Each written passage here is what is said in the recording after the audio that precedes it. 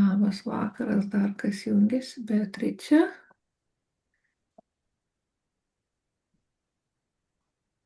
Ir tada pradedam nuo klausimų. Labas vakaras. Labas vakaras. Tai jeigu nieks nedrįsta, tai tada klausinėsiu, kalbinsiu aš jūs tada, ką seniai mačiau. Jaunis pas mane pirmas matosi, kaip sekasi, malonu matyti. Iš tikrųjų, aš pertraukėlę tokią padariau šituose reikaluose ir klausimų aš neturiu, man tiesiog buvo smalsu, ką nors naujo sužinoti. Sakykime taip, tai šiandien tiesiog taip, be klausimų. Gerai. Dėkui. Kas toliau matau? Toliau matau Sonatą. Sonata pas mus neseniai prisijungė, bet gal jau yra kokių nors klausimų. Sveiki visi, aš tai turiu klausimą, aš jau apie įvedimą į atsipalaidavimą, tai čia jau per toli nuėjau.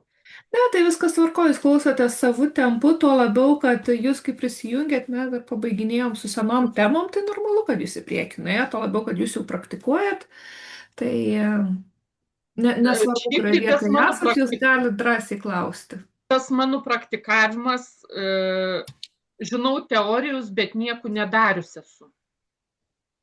Tai iš tikrųjų man va tas lentelius užpildymas, mes, pavyzdžiui, net nesimokym jokių lentelių užpildymų.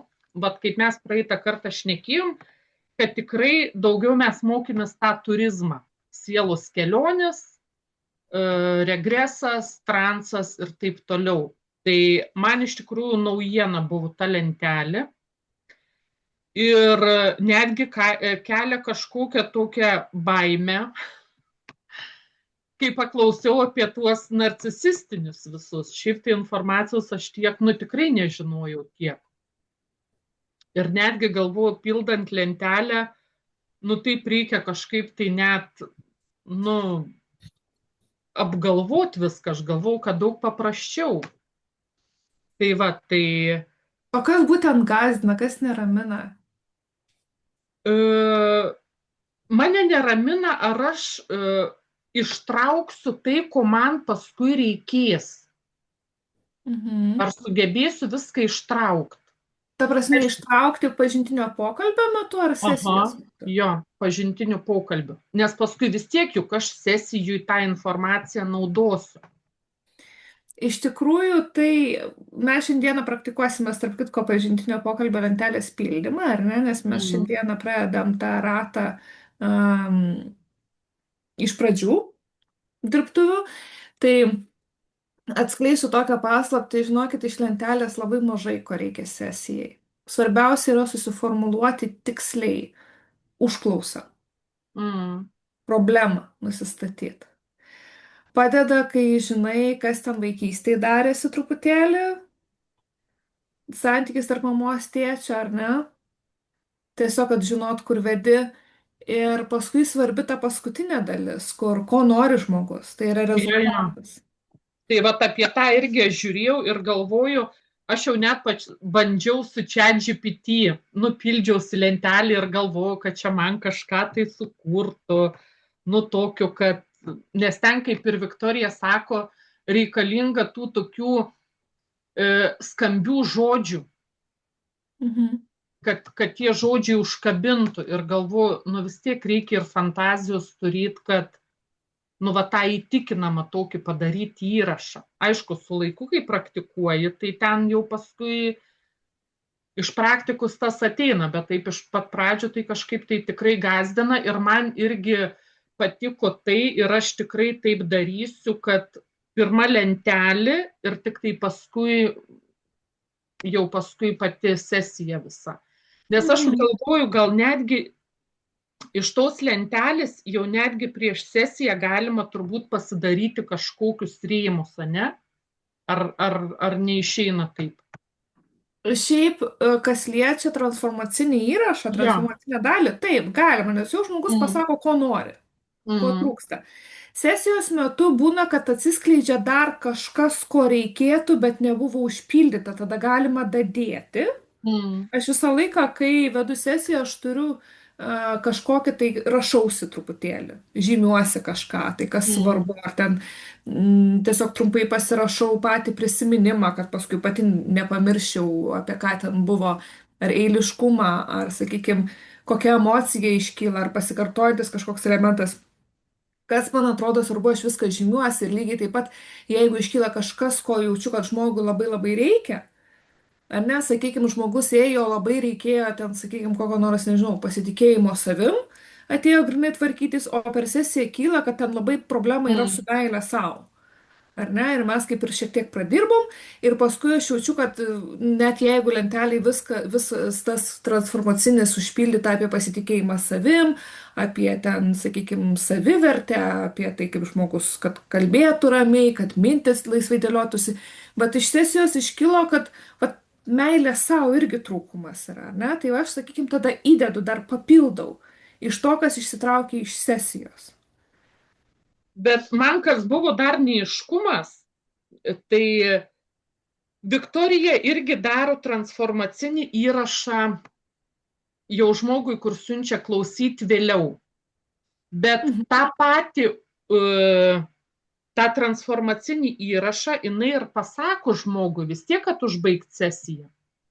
Taip. Ar tik tai išveda į ramybę ir viskas jau jį? Ne, mes darom transformaciją irgi. Bet kartais būna taip, kad aš, pavyzdžiui, pagal pajautimą, aš kartais įrašinėju iš karto, kartais ne.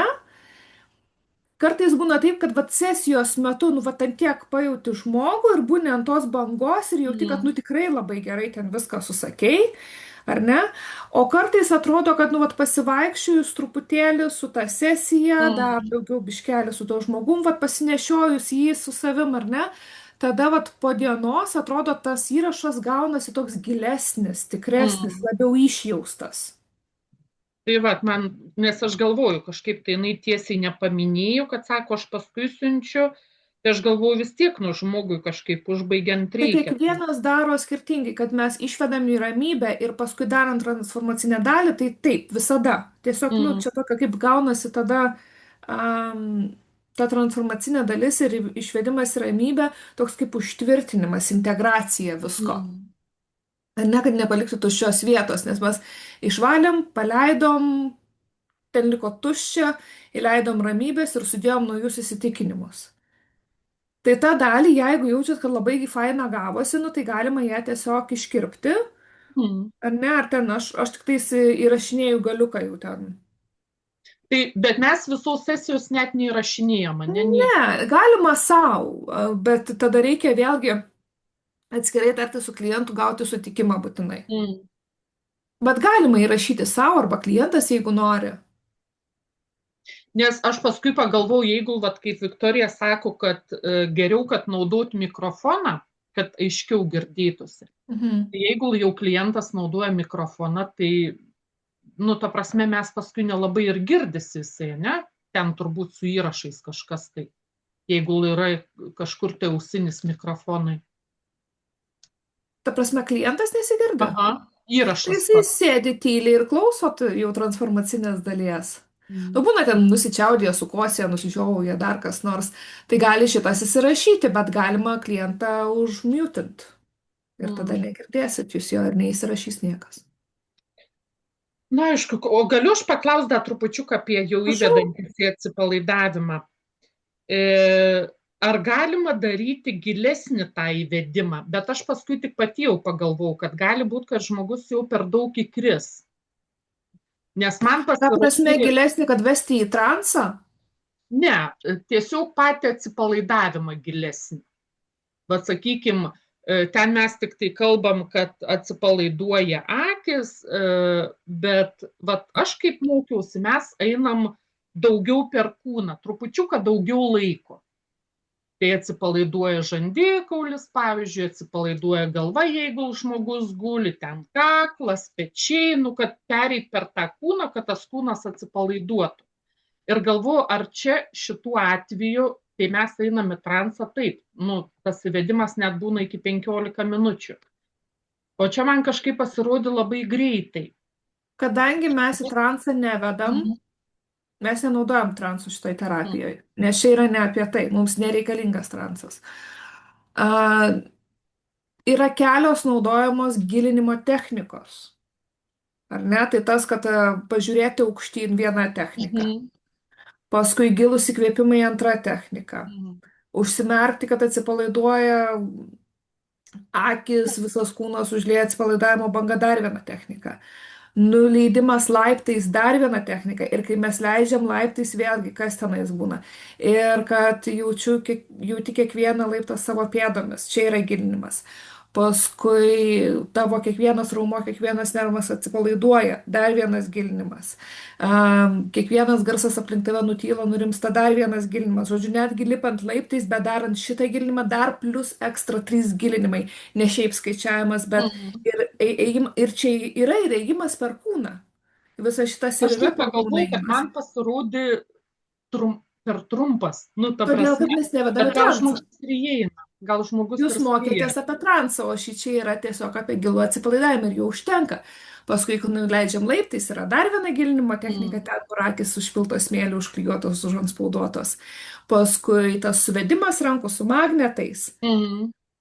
Jeigu darot gyvai, tai dar galima pabarbenti į kaktą, pasiubuoti galvą truputėlį. Na, aišku, čia reikia jau praktikos, žiūrėti, kaip jaučiasi. Ja. Tai va, ačiū šiai dienai tiek. Dėkui, Sonata, už klausimus. Toliau matau Editą, irgi sveika prisijungus pirmą kartą, ar ne? Sveiki, tai pirmą kartą. Aš žinau, kad neseniai pradėjot kelionę su mumis, gal yra jau klausimų. Aš dar perklausiu tik 1 ir 2 savaitės, tai dar klausimų neturiu. Gerai, tvarkoj. Dėkui, Edita. Dar kartą labas vakaras, Valdas, smagu matyti. Ar yra klausimų kažkokių šiai dienai? Kaip sekasi šiaip pačiai praktikuoti?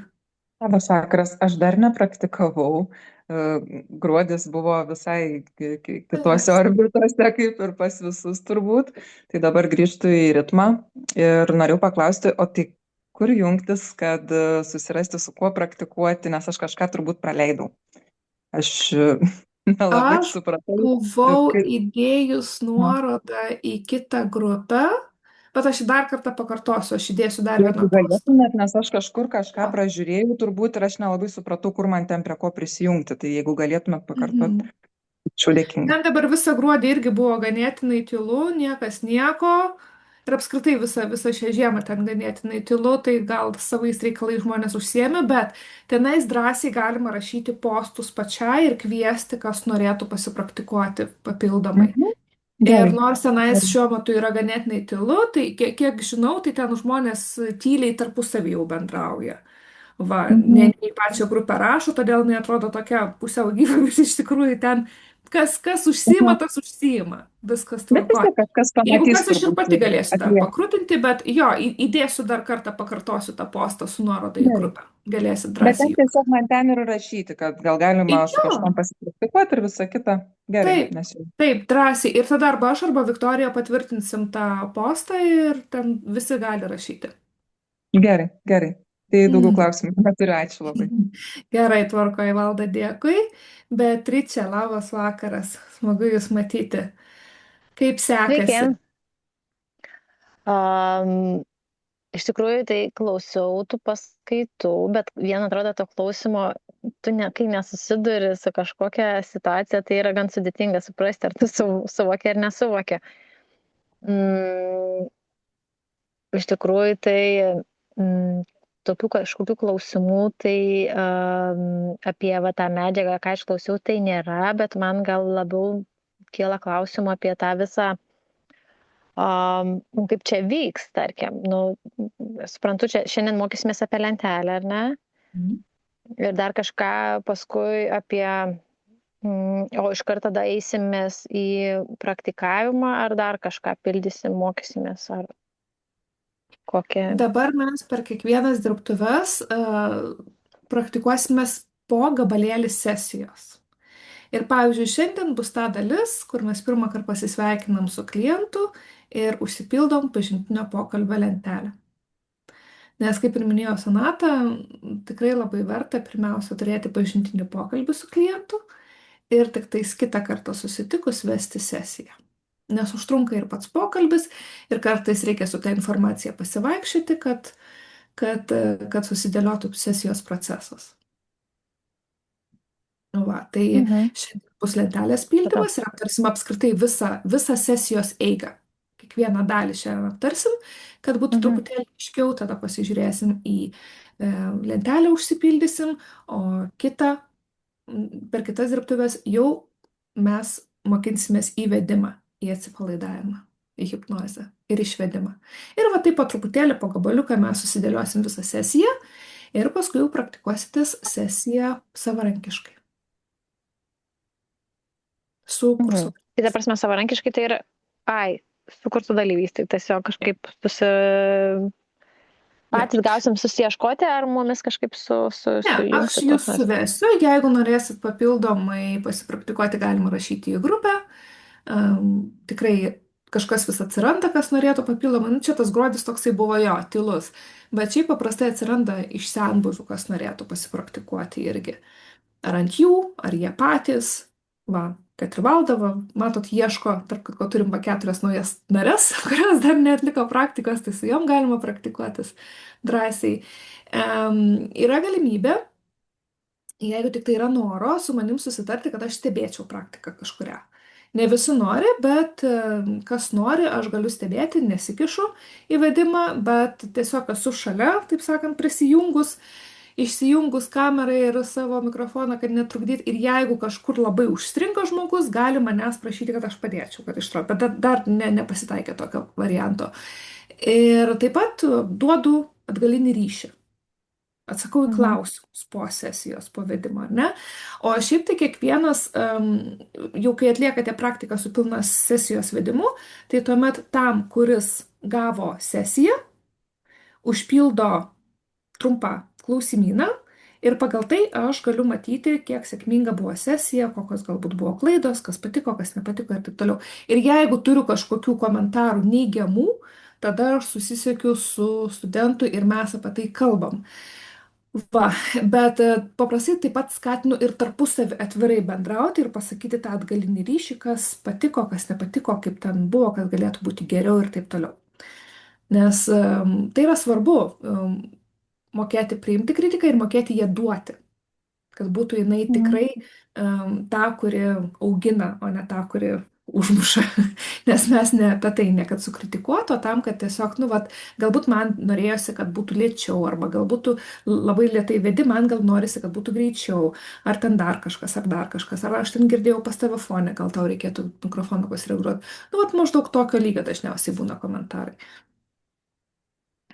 Va, tai irgi, jeigu yra poreikis, mes aptariam, jeigu ne, nes tikrai daug to anketų gaunu, tai jeigu viskas yra daugiau mažiau tvarkoje, aš iš tikrųjų net ir nesusisiekiu su to žmogum, tiesiog žino, kad viskas gerai. Jeigu blogai, tada susisiekiu. Va, ir atlikus tas 3 sesijas privalomas, tada jau gaunat pažymėjimą, bet žinoma, galima padaryti ir daugiau praktikos. Tam ir esam, todėl visus ir palieku šitoj grupiai, kad tarpusavį galėtų toliau žmonės bendrauti ir praktikuotis. Yra dar viena palaikymo grupė, į kurią jau į kurso pabaigą, arba šiaip karts nuo karto tiesiog dabar, kadangi jau viena grupė, nebeatnaujinu, aš nebedarau naujų grupių, tai pas mus dabar kelių lygių žmonės, studentai, ar ne, tai vis pakviečiu karts nuo karto į kitą grupę, kur susirinkę visi mūsų studentai, praėję visą tą kursą, jie toliau tarpusavį bendrauja, praktikuojasi, kartais netgi projektus daro bendras. Va, kaip tai jau gaunasi, kaip jie patys susitarė. Tokia tarsi palaikymo grupė. Viena. Gerai, ačiū tada labai už išsamų apie atpasakojimą, ką veiksim. Tvarkoj, dėkui, Beatriče. Na ką, kadangi mūsų tik tiek tėra šį kartą, turbūt atostogauja žmonės, tai jeigu daugiau nebėra klausimų, aš atsisveikinu su tais, kurie prisijungė tik į pirmą dalį. Jaunius ir Valda, ar ne? Ar nebent norit lentelę dar kartą pasipraktikuoti? Ne? Užtenka. Tarp kitko, užmeskite akį, aš truputėlį atnaujinau lentelę. Pasižiūrėkit, aš pakeičiau tą seną ištryniau, naują įkėliau, tai jeigu nueisit į grupę, matysit, kad yra nauja lentelė įdėta. Ten labai mažas pakeitimas, bet gal bus naudingas. Tiesiog dėl patogumo. Va. Ir jeigu daugiau nėra klausimų, tai tada atsisveikinu. Jeigu yra, tai dar tada klauskit. Kaip ir nėra. Gero vakaro. Man irgi Tuomet gero. gero vakaro ir iki jaunų. Iki. Viso. Iki Valda. Iki. Iki.